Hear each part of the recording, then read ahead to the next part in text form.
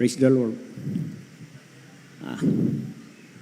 Ang pinakamataas na papuri, lahat ng pasasalamat ay para lamang sa ating pinakamamahal na Panginoon Hesus.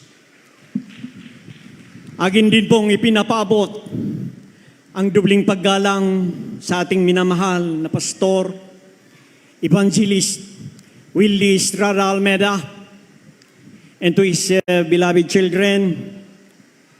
Pag-alala rin po sa mga gininto ang turo ng ating minamahal na Assistant Pastor Lina C. Almeda. To our ordained preachers, mga kapatiran, pinagpalang anibersaryo po dito sa Rosales Outreach. Praise the Lord.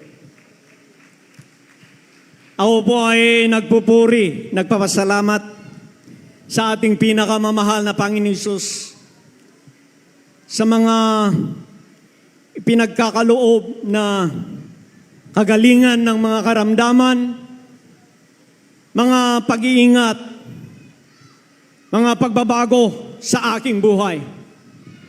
Aming pinakamamahal na Panginoon Hesus, maraming salamat po.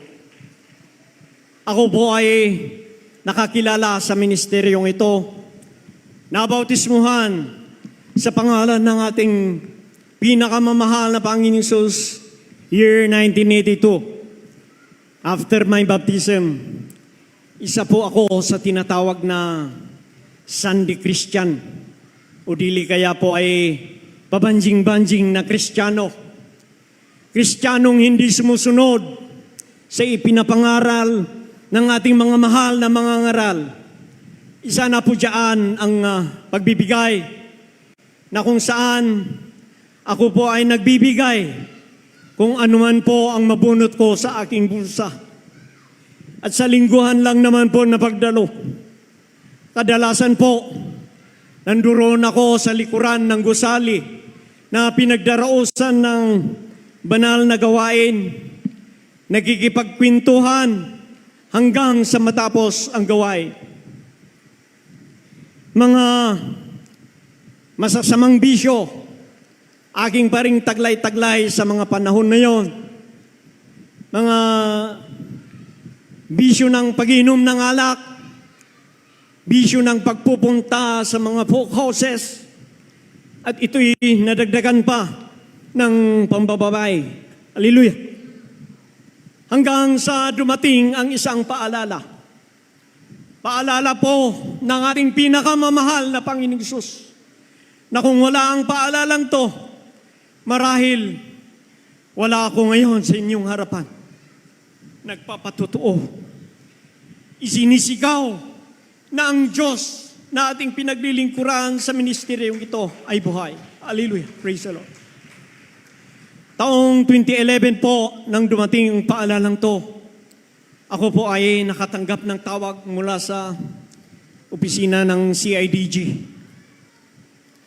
CIDG Baguio, ipinapaalam na ako'y may warrant of arrest sa kasong estafa, 60,000 estafa committed by syndicate and illegal recruitment committed by syndicate, which was recommended no bail. Wala pong piyansa, mga kapatid.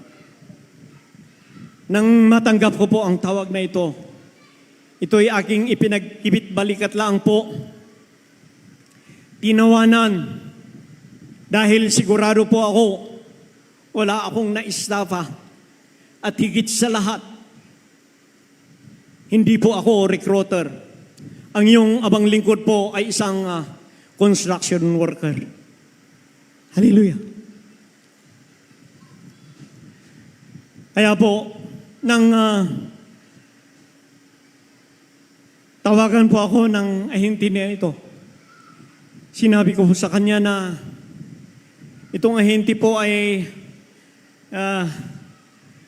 kapatiran ko po sa isang fraternity nung college days po. Sinabi ko po sa kanya na, Brad, kilala mo naman ako. Alam mo kung ano ang trabaho ko. Ang sagot po niya ay, Brad, kaya nga po kita tinawagan dahil ang pagkakaalam ko nito, demolition para sa iyo. Hallelujah! Kaya po nung magkita kami, nung ipinakita sa akin ang warrant of arrest, at nang mabasa ko po ito, at base po sa nilalaman ng warrant of arrest na ito, ako po talaga ang target. Wala po akong ibang naisip gawin sa mga sandaling yon, kundi tawagan ang mga abogado, mga kakilalang abogado. In short, nang magtipon-tipon ang mga abogado at mapag-aralan ng aking kaso, isa po ang napagkasunduan na ako'y magpakalayo muna habang inaasikaso nila ang aking kaso. Hallelujah.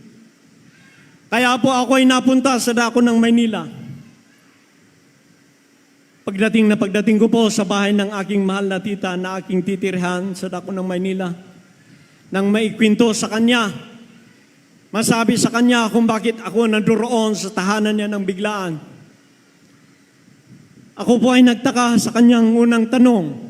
Ang tanong po, nagbibigay ka ba sa church niyo? Bagay na aking kinabigla dahil hindi natin kapatiran ang mahal kong auntie na ito.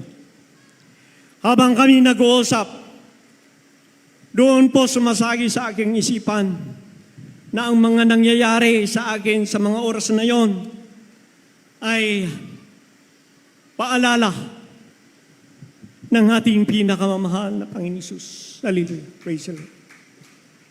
Kaya ko po hinanap ang banal na gawain sa dako po ng Amburanto upang dumalo. Hallelujah. At sa pagdalo, di ko po namalayan ang mga bisyo, masasamang bisyo, unti-unting inalis ng ating pinakamamahal na Panginoon. Hallelujah! Praise the Lord! Patuloy na pagdalo. Pagdalo sa pangunat panalangin ng ating minamahal na pastor. Pagkaraan ng mga araw, buwan na ito'y mag-iisang taon, ang kaso po na-dismiss. Hallelujah! Amen. Praise the Lord! Praise the Lord. Pagka-dismiss po ng aking kaso at bumalik sa normal ang aking pamumuhay, mga pagpapala, higit ang espiritual na pagpapala, bumuhos. Hallelujah! Praise the Lord! Hanggang dito na lamang po. At lahat ng kapurihan, pasasalamat, ay para lamang sa ating pinakamamahal, Panginoon Jesus. Hallelujah! Praise the Lord! Praise the Lord. Lahat magsabing